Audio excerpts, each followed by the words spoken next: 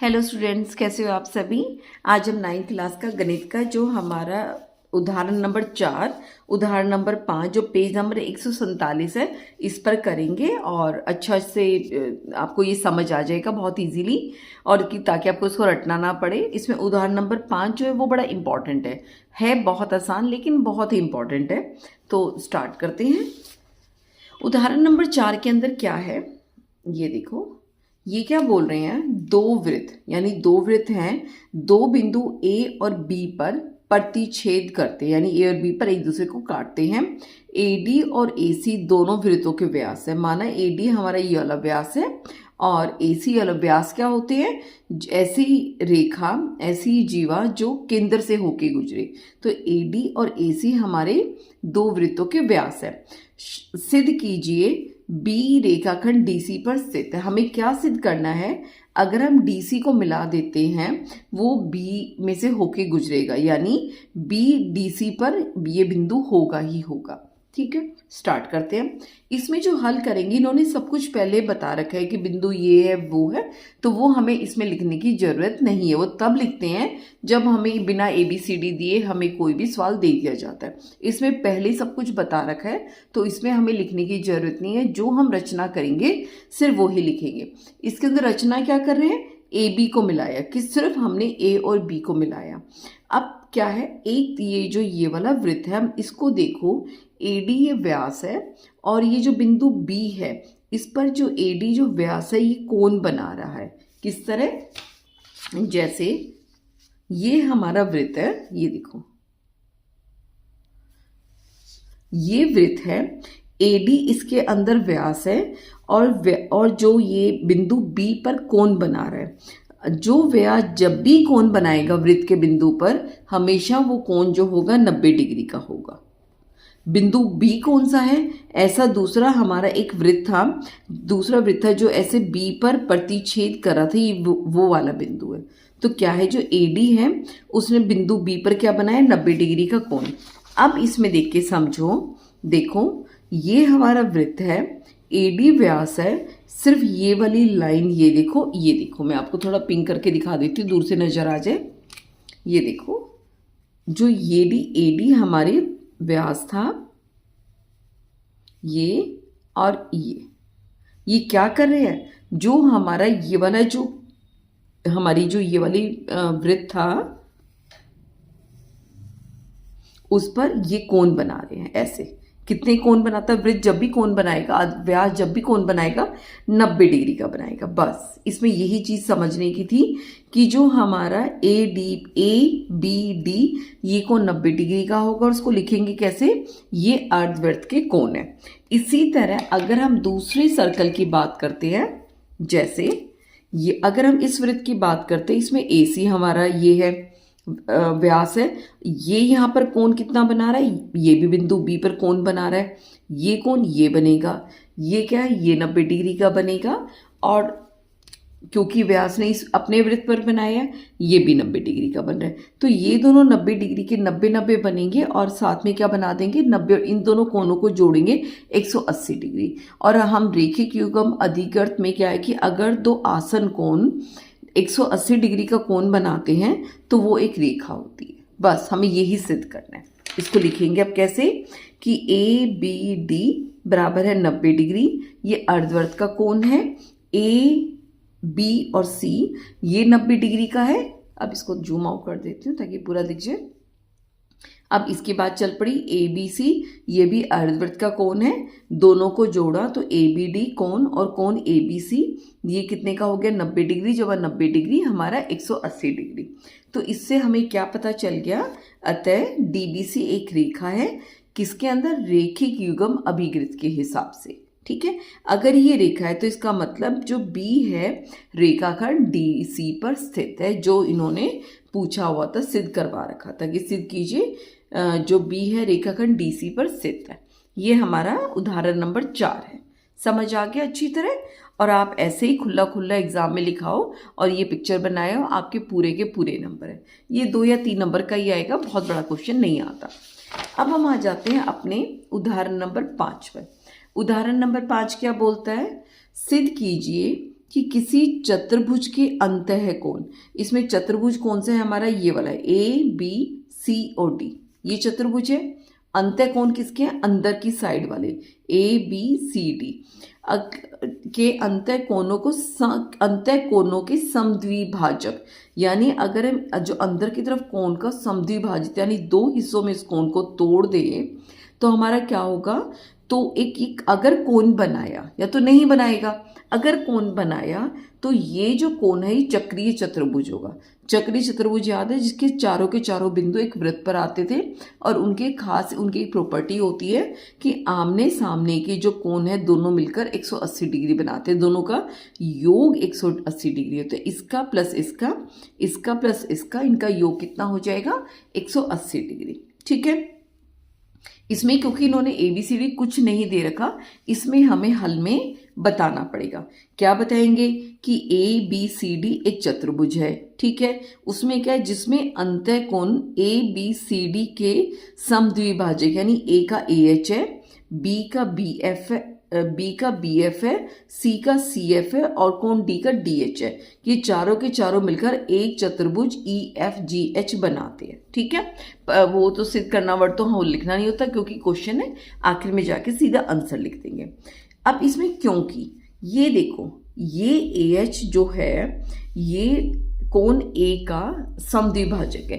क्या मतलब है, देखो जो कोण ये AH है ये क्या है, कोण जो A है उसका समद्विभाजक है, यानी अगर ये पूरा कोण A है, ठीक है, तो ये वाला कोण हमारा हो जाएगा आधा ऑफ कोण A, यानी पूरे कोण का जो ये वाला हिस्सा है, ये हमारा हाफ हो जाएगा। ठीक है, उसका आधा हो जाएगा।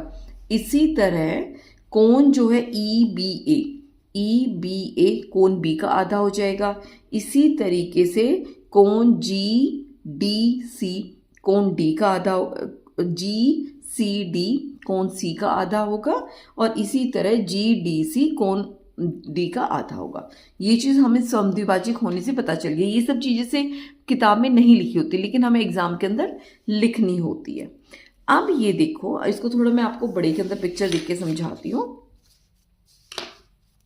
क्या है हमारे पास, ये एक चतुर्भुज है, ठीक है, ये इसका समद्विभाजक है, इसका नाम रख लेते हैं ABCD, ठीक है, और ये कोण D का समद्विभाजक है, ये इसका समद्विभाजक है और ये इसका समद्विभाजक है। ठीक है, ये बन गए। इसका नाम हमने क्या क्या रखा हुआ है, EFGH। ये हमारा E है, ये F है, ये G है, ये H है। अब देखो हम इन दो कोणों की बात करते हैं, ये कोण और ये कोण। ये देखो ये दो लाइनें जा रही हैं आपस में E पर प्रतिच्छेद कर रही हैं, तो ये दोनों कोण बना रहे, क्या बना रहे, कोण शीर्षाभिमुख कोण है। और ये कोण क्या होते हैं, ये कोण बराबर होते हैं, है ना, ये दोनों कोण जो हमारे बराबर होते हैं, यानी ये कोण इसके बराबर होगा। ठीक है, अच्छा यहाँ पे एक देखो, एक त्रिभुज बन पा रही है, ये त्रिभुज बन रही है, ये बन रही है, ये बन रही है। इस त्रिभुज के अंदर हमने निकाल दिया जो ये वाला कोण है इस कोण के बराबर है। ये हमने अभी बोला है आधा ऑफ कोण A है, ये हमने बोला आधा ऑफ कोण B है। ठीक है, तो और ये एक त्रिभुज के तीनों कोण हो गए, तो इन तीनों कोणों का जो जोड़ होगा कितना होगा, 180 डिग्री होगा। ठीक है, ये याद रखना, ये इस कोण के बराबर है। बिल्कुल यही कहानी यहाँ दोहराई जा रही है कि दूसरा हमारा त्रिभुज ये बन रहा है, ये क्या है, कोण आधा D है, ये क्या है, कोण आधा C है। ठीक है, वही चीज़ है, ये वाला कोण इस कोण के बराबर है। इसमें भी क्या है, इन तीनों का सम जो है 180 डिग्री। यहाँ तक समझ आ गया। अब हम इनको जोड़ेंगे और बड़ी आसानी से हम चक्रीय चतुर्भुज को हल कर देंगे। चक्रीय चतुर्भुज कब बन पाते हैं, जब हम ये सिद्ध कर दें इसका जोड़ कितना है, 180 डिग्री है। ठीक है, बस ये और ये हमें पता है इसके बराबर है, बस यही है और कुछ नहीं है।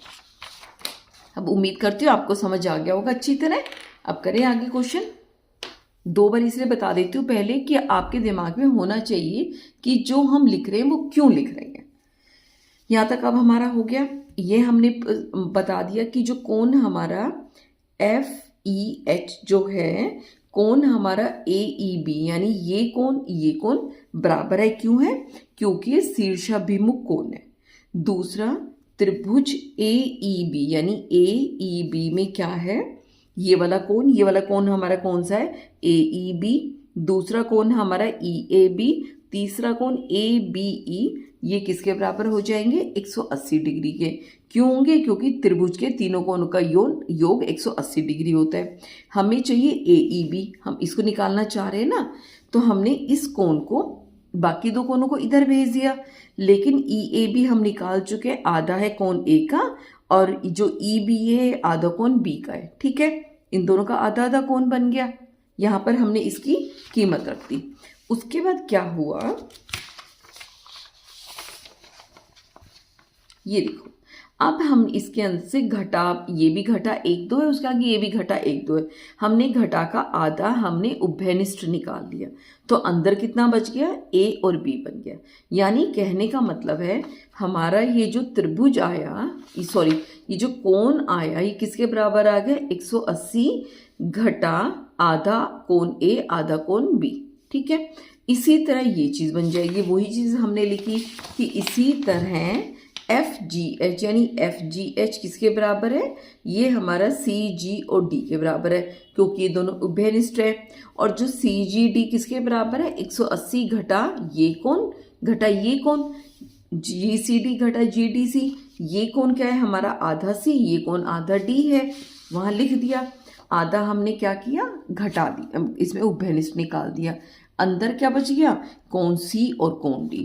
फिर हम समीकरण 6 और 7 को जोड़ते हैं।